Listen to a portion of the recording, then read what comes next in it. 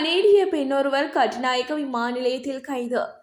36 கோடி ரூபாய் பெறுமதியான ஹசீஸ் போதைப் பொருளுடன் கனேடிய பெண்ணொருவர் கட்டுநாயக்க விமான நிலையத்தில் கைது செய்யப்பட்டுள்ளார். குறித்த பெண் கனடாவில் டொராண்டோ நகரத்திலிருந்து ஐக்கிய அரபு ராஜ்யத்தின் அபுதாபி நகரம் வழியாக நேற்றிரவு நாட்டுக்கு வந்ததாக தெரிவிக்கப்படுகிறது.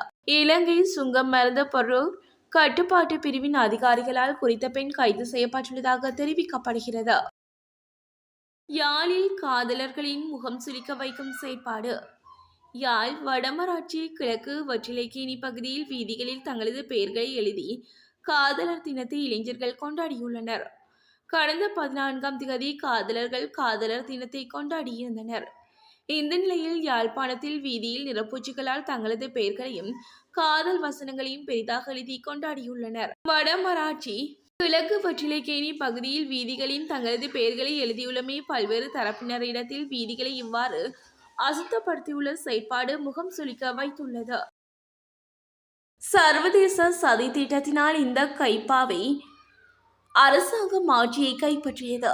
சர்வதேச சதி திட்டத்தினால் இந்த கைப்பாவை அரசாங்கம் ஆட்சியை கைப்பற்றியதாக முன்னாள் நாடாளுமன்ற உறுப்பினர் இந்திகா அனுருத்த தெரிவித்தார். நாட்டுக்கும் சமயத்திற்கும் கலாச்சாரத்திற்கும் பெரும் சேவையாற்றுவார்கள் என எதிர்பாராமல் இந்த அரசாங்கத்தை மக்கள் ஆட்சிக்கு கொண்டு வந்தார்கள் எனவும் தெரிவித்தார். அரசு ஊழியர்களின் சம்பள அதிகரிப்பு உறுதி. இலங்கையின் நாடாளுமன்றில் நாளை சமர்ப்பிக்கப்படும் தேசிய மக்கள் சக்தி அரசாங்கத்தின் முதலாவது வரவு செலவு திட்டம் அரசு ஊழியர்களுக்கு ஊதிய உயர்வுகளையும் மேலும் அரசு வேலைகளையும் வழங்கும் என்று எதிர்பார்க்கப்படுகிறது. எனினும் சர்வதேச நாணய நிதிய திட்டத்தின் கீழ் அடையாளம் காணப்பட்ட அளவுக்கு இவை இருக்கும் என்று நிதி அமைச்சகத்தின் அதிகாரி ஒருவர் தெரிவித்தார். சர்வதேச நாணய நிதியத்தின் விரிவாக்கப்பட்ட நிதி வசதி தேவைகளுக்கேற்ப வரவு செலவு திட்டத்தின் விவரங்கள் சர்வதேச நாணய நிதியத்துடன் பகிர்ந்து கொள்ளப்பட்டுள்ளதாக கூறினார். இலங்கையில் திடீர் மின் துண்டிப்பு. புதிய அரசாங்கத்தின் கீழ் மீண்டும் நிலக்கரி டீசல் மாஃபியாக்கள் தலை தூக்க உள்ளன. இது மிகவும் கவலைக்குரியதாகும் என முன்னாள் அமைச்சர் சம்பிக்க ரணவக்க தெரிவித்தார். மேலும் நாட்டில் மீள் புதுப்பிக்கத்தக்க வலுவான மூலமான மீன் உற்பத்திகளை வரையறுப்பதற்காக இலங்கை மின்சார சபையின் சிரேஷ்ட பொறியியலாளர்களை உள்ளடக்கி விசேட குழு ஒன்று நியமிக்கப்பட்டுள்ளது.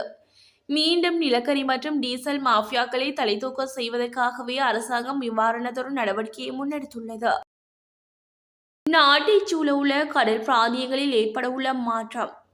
நாட்டைச் சூழவுள்ள கடல் பிராந்தியங்களில் மணித்தியாலத்திற்கு 20 தொடக்கம் 30 கிலோமீட்டர் வேகத்தில் வடகிழக்கு திசையிலிருந்து காற்று வீசும் என வளிமண்டலவியல் திணைக்களம் எதிர்வு கூறியுள்ளது. இதன்படி கொழும்பு தொடக்கம் புத்தளம் ஊடாக மன்னார் வரையான அத்துடன் காலி தொடக்கம் ஹம்மாந்தோட்டை ஊடாக பொத்துவில் வரையான கடல் பிராந்தியங்களில் மணித்தியாலத்திற்கு 40 கிலோமீட்டரிலும் கூடிய வேகத்தில் அடிக்கடி காற்று அதிகரித்து வீசக்கூடும் என தெரிவிக்கப்படுகிறது. இலங்கை தமிழரசு கட்சியின் மத்திய குழு கூட்டம். இலங்கை தமிழரசு கட்சியின் மத்திய குழு கூட்டம் இன்றைய தினம் இடம்பெறவுள்ளது. குறித்த கூட்டம் மட்டக்களப்பு களுவாஞ்சிக்குடியில் காலை 10 மணியளவில் நடைபெறவுள்ளது. கட்சியின் பதில் தலைவர் CVK சிவஞானம் தலைமையில் நடைபெறவுள்ள இந்த கூட்டத்தின் போது முதலில் நீதிமன்றில் நிலுவையில் உள்ள வழக்குகள் சம்பந்தமாக கவனம் செலுத்தப்பட உள்ளமை குறிப்பிடத்தக்கது. பாடசாலை மாணவர்களுக்கு கல்வி அமைச்சு விடுத்துள்ள எச்சரிக்கை. நாட்டில் நிலவும் வெப்பமான காலநிலை குறித்து பாடசாலை மாணவர்களுக்கு கல்வி அமைச்சு எச்சரிக்கை விடுத்துள்ளது.